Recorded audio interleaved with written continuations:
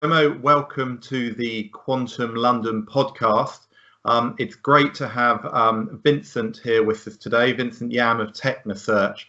So Vincent, let's dive straight in. Great to have you on. Please let us know your origin story and tell us a little bit about Tekna Search.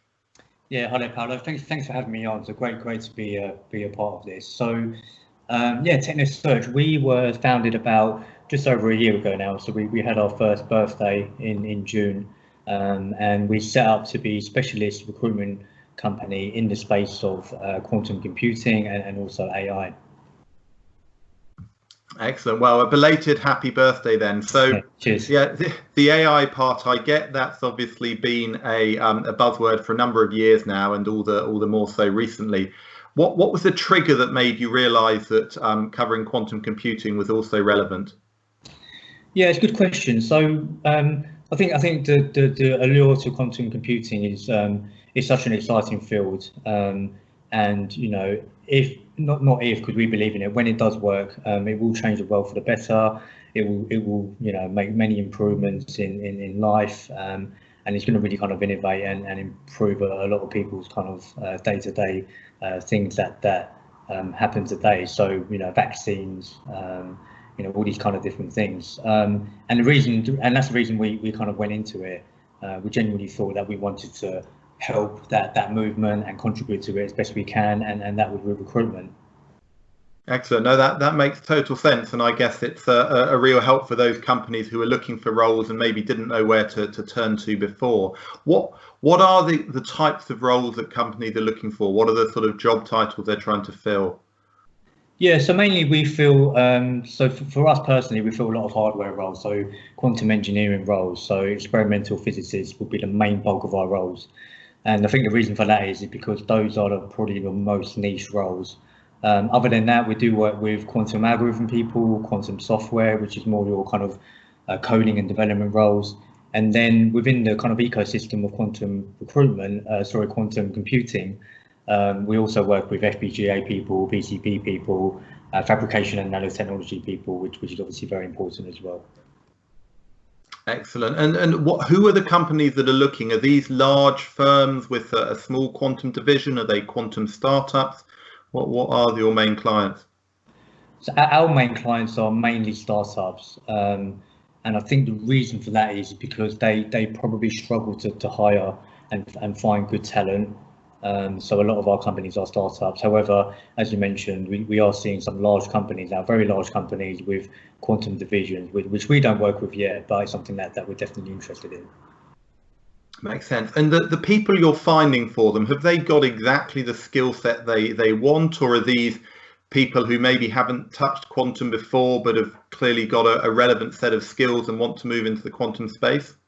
Yeah, it's a good question. I think generally speaking, the people we're finding are a very good match to the requirements. And the reason for that is because it's such a niche field, I don't think there's much space for kind of upskilling and things like that. And also in quantum computing, you have your kind of main technologies, photonics, ion trapping, superconducting qubits. And what we've seen so far is companies not willing to kind of look at other technologies for their chosen technology. So superconducting people for ion trapping, for example, even though it's within the realm of physics and quantum computing, they're looking for very specific skills at this point. Yeah, and yeah, where's the balance? Is there a shortage of people? Is there a shortage of demand? How are you seeing the supply-demand balance play out?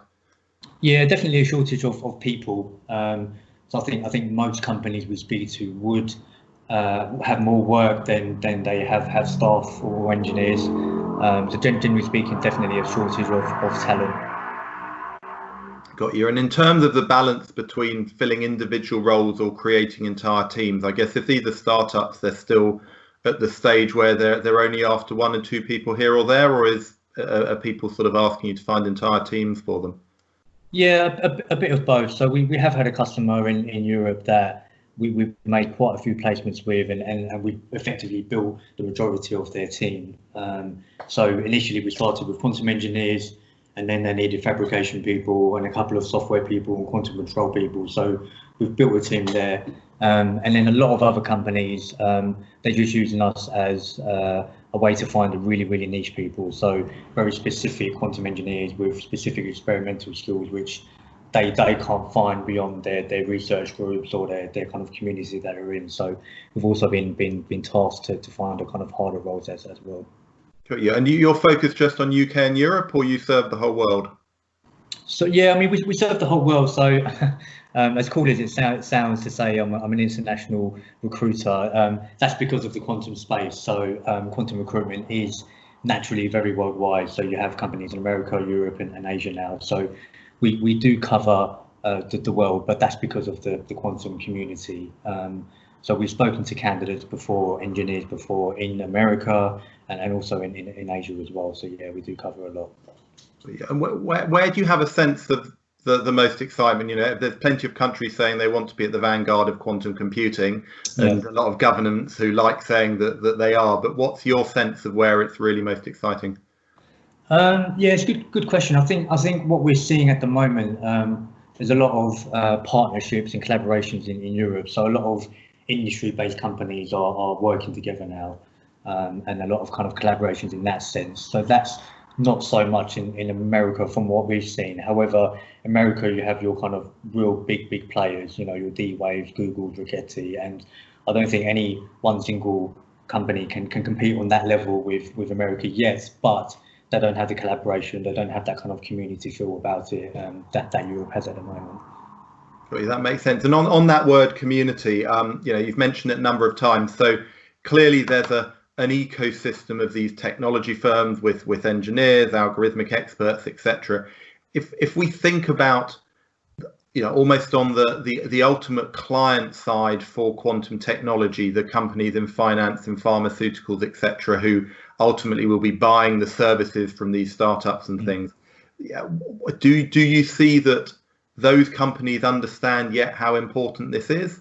Or as those of us who aren't actually building the quantum computers, are we all still a little bit unclear about where it's all going? Yeah, I think, I mean, if you were to speak to your average person on the street, I think they would think you're crazy if you told them kind of how superposition works and being, you know, both states at the same time and things like that.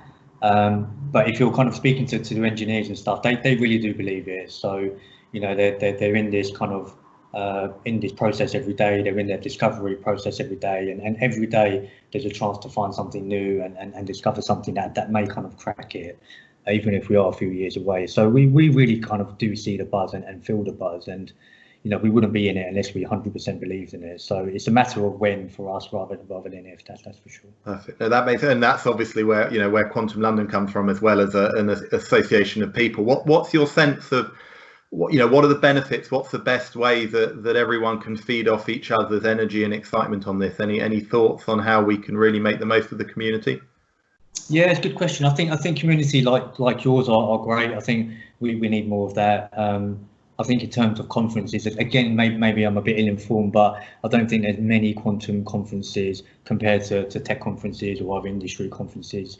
It would be great if we could have a few more a year, and just kind of little meetups within your cities or your countries. That would be great, and then people kind of just getting involved really. So there's a lot of online courses now that you can do, and if people were to kind of educate themselves and get involved, yeah, that would be great.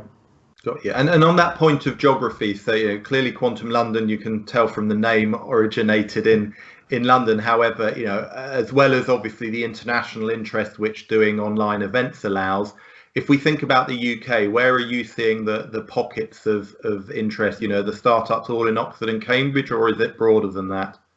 Yeah, I think naturally, I think what we've seen in the industry, you don't get so many private companies just pop up and start, because quantum computing as a kind of entry point is very expensive. You need a few million to get all the equipment. So usually they're spin-offs from universities. So Oxford, obviously, London, and some in Scotland as well. So attached to like St Andrews and things like that.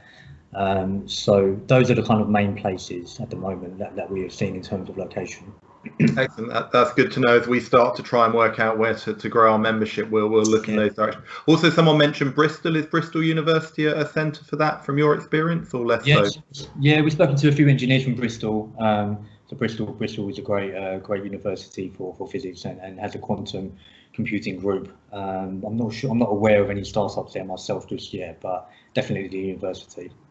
Got you, perfect. Now, if people listening to this want to get in touch with you and with Tekna Search, what's the best way of them getting in touch? Yeah, so I'm available on LinkedIn. So I think if you search Vincent Yam and Tekna Search, you'll see a photo and all the details I've made. And we're also on our website as well, teknasearch.com. Yeah, if anyone would like to get in touch. And that's spelled Tekna Search, right? Tekna. Yeah, Tekna. Teknasearch.com.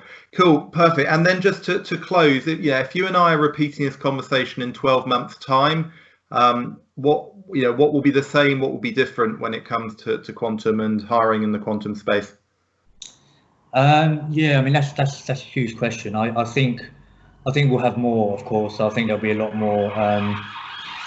I think there'll be a lot more roles, a lot more companies involved, and a hell of a lot of money being pumped into it. So obviously you've seen the big companies like Airbus, Honeywell, and also JP Morgan getting involved. So I think we'll see more of that, the big companies really getting involved. And hopefully a year from now, we'll be a couple of steps closer to a scalable quantum computer. So I really do believe that. Fantastic. Well, I'm fully supportive of that. Thank you for your time. Thank you for your thoughts. I look forward to keeping in touch with you over the months and years ahead, as you say, as it all grows in scale and as we have companies beyond the niche technology space starting to look at this topic. It's going to be interesting from all sides. So Vincent Yam from Tekna Search, thank you for your time. Look forward to speaking soon. Thank you. Speak soon. Bye then.